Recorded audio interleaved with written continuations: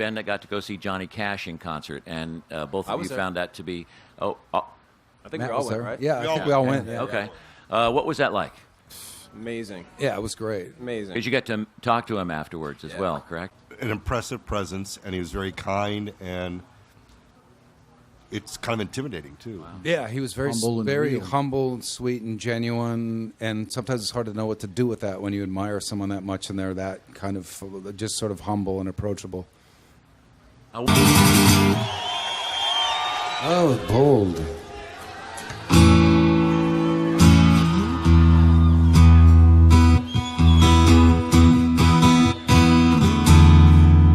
How are you? Thank you. Thank you for coming, and thank you, all of you, for all the support. I really appreciate it. I do a lot, and Soundgarden is making plans to come. My band Soundgarden will be here next time. You won't have to suffer a guy just and a stupid acoustic.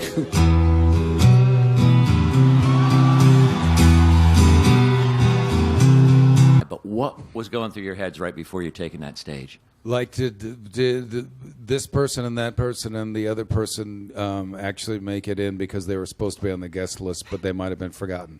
That's what hometown shows pretty much add up to, right. I think. And Aunt Susie and people like that? Friends and family. Yeah. More than you even knew you had, I suspect. People you owe things to.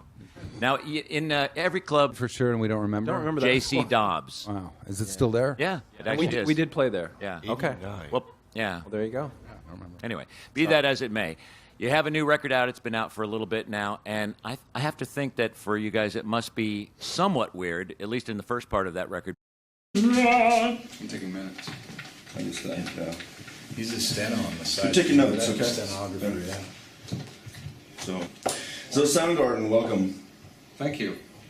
15-year break almost, huh? It's like getting back with an old girlfriend or something, I can imagine. I mean, you know each other well, but... It's better than that. It is? Yeah. So who initiated these? What? He did Black Hole Sun, right? You did Black Hole Sun, yeah. But no, that is true. Like when you...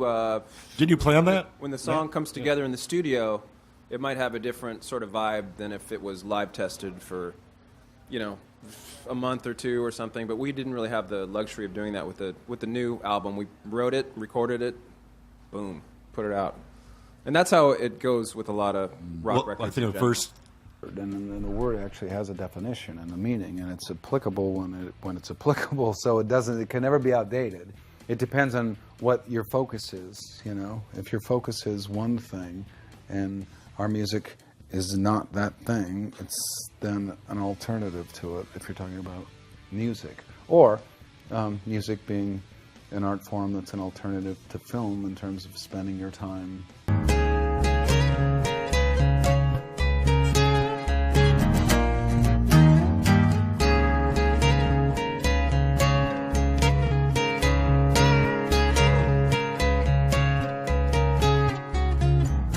What you wanted to seek has made you blind. What you wanted to be yours has made it mine. So don't you lock up something that you wanted to see fly. Hands off are shaking, not tying, not tying. I should have mind the change. I should have mind the change. I should have mind the change.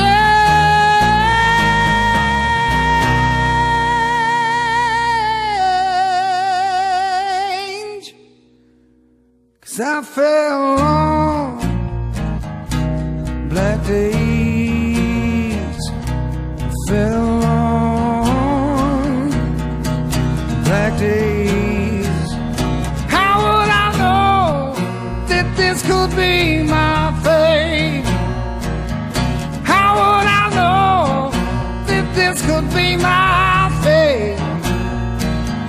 How would I know that this could be my fate? Really, any song, whether it's been a song that we played over and over and over and over for years, or songs we haven't played much, they all kind of continue to change through the years and evolve. Part of it just is maybe getting bored with it and then reinventing it as you go every time you play it on stage, that kind of thing. Trying different things on any given song that you never thought of to do, and then suddenly in the moment you decide to try it, and it worked, or it didn't, and then you try to remember to never do that again. Right. Or there's a lot of factors that go into it, but it is, I think, a good thing to be able to kind of get every song up there at some point and give it a chance to be played a few times to see what it can. I don't think it's safe. Yeah, I don't. It's not safe. No, I would need oxygen. I would need no. Maybe 20 years ago. Hey, Maybe. Ben, Yeah, maybe. Ben, I heard that you had written the riff for the guitar riff for Halfway There, and No. No? That's all Christopher. Okay. Because I had heard that you had wanted to save it for your child, or maybe that was... Yeah, do you smoke marijuana? Not anymore. I used to, but it's too strong now. It is, isn't it? Yeah, it's like 2 hits and you can't even speak. I'm in the fetal position. For me, I'm in the fetal position, curling up in the fetal stuff position, now. sucking my thumb. Right now, if you want. We just think you're being infantile and weird. But you can't be older than 34 because you haven't been there yet, but you can be every age you've ever been at any time. So doing music and being creative in any way, no matter what you do creatively, you are ageless. You're ancient and you're young at the same time. And if you're a fan of music, any particular kind of music too, it doesn't really matter how old you get. You can still be a fan the same way you were at any particular age, and that's part of the magic of it. Exactly, and also music being important to someone. The key thing that I think sometimes changes, and I see it inside rock bands as well, and with musicians and recording artists, that sometimes as they age, music maybe becomes less of a part of their life, and they're maybe not as passionate about it. And sometimes music fans are that way as well. Like that. You had a chance to induct Hart into the Rock and Roll Hall of Fame, fellow Seattle band. I did that tonight, in fact. Oh yeah. Yeah, it's airing tonight. Right. I'm doing it right now. Okay. What was that experience like for you? It was, in a lot of ways, kind of eye-opening, because my attitude about an institution like that, where there's a group of people that can be influenced to vote one or another way, to include someone into what is kind of one way of looking at what the history of rock and roll is. It just doesn't seem very rock and roll to me. It's almost kind of anti-rock. But then being there and participating in it, Ben came with me, and the Rush was also inducted, and the fan presence and just kind of the emotional presence from the fans was so intense that I kind of changed my mind about the whole thing. I mean, everything else aside from it, it's this moment where the bands, the musicians, the artists can kind of celebrate what they've done with the fans, and the fans are really kind of there in force, showing you that they care about what you did, and that was pretty amazing. Some time ago, I guess it was Chris and Ben that got... We're not leaving this room. You're not leaving We're the going to have to go get us Thank you. some diapers, and some granola, and oxygen tanks. So what do you think? Will you stay for another record? I think if we learned anything, it was that we don't really need to worry about being apart together. You know, that doesn't. We can always be Soundgarden, and when the time is right, we want to write new songs, we will, and when we want to go play some shows, we will, and Will Matt still be playing for Pearl Jam at the same time? most likely we'll conference them in. Yeah. Jam. Is he able to Do you think you guys will steal keep some Matt? Pearl Jam Eddie Vedder riffs for you to make songs out of? No, we do all our own writing. Matt has all his own Matt riff writes. ideas anyway. Yeah. He doesn't need anybody else. What can I do? I'm the only thing I really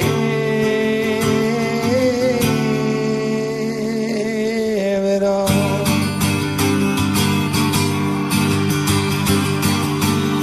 playing music anyway, in any form, is for me, you know, outside of being with my family, is the only thing that I feel like is really worth doing. And playing music with Soundgarden is at the very top of that.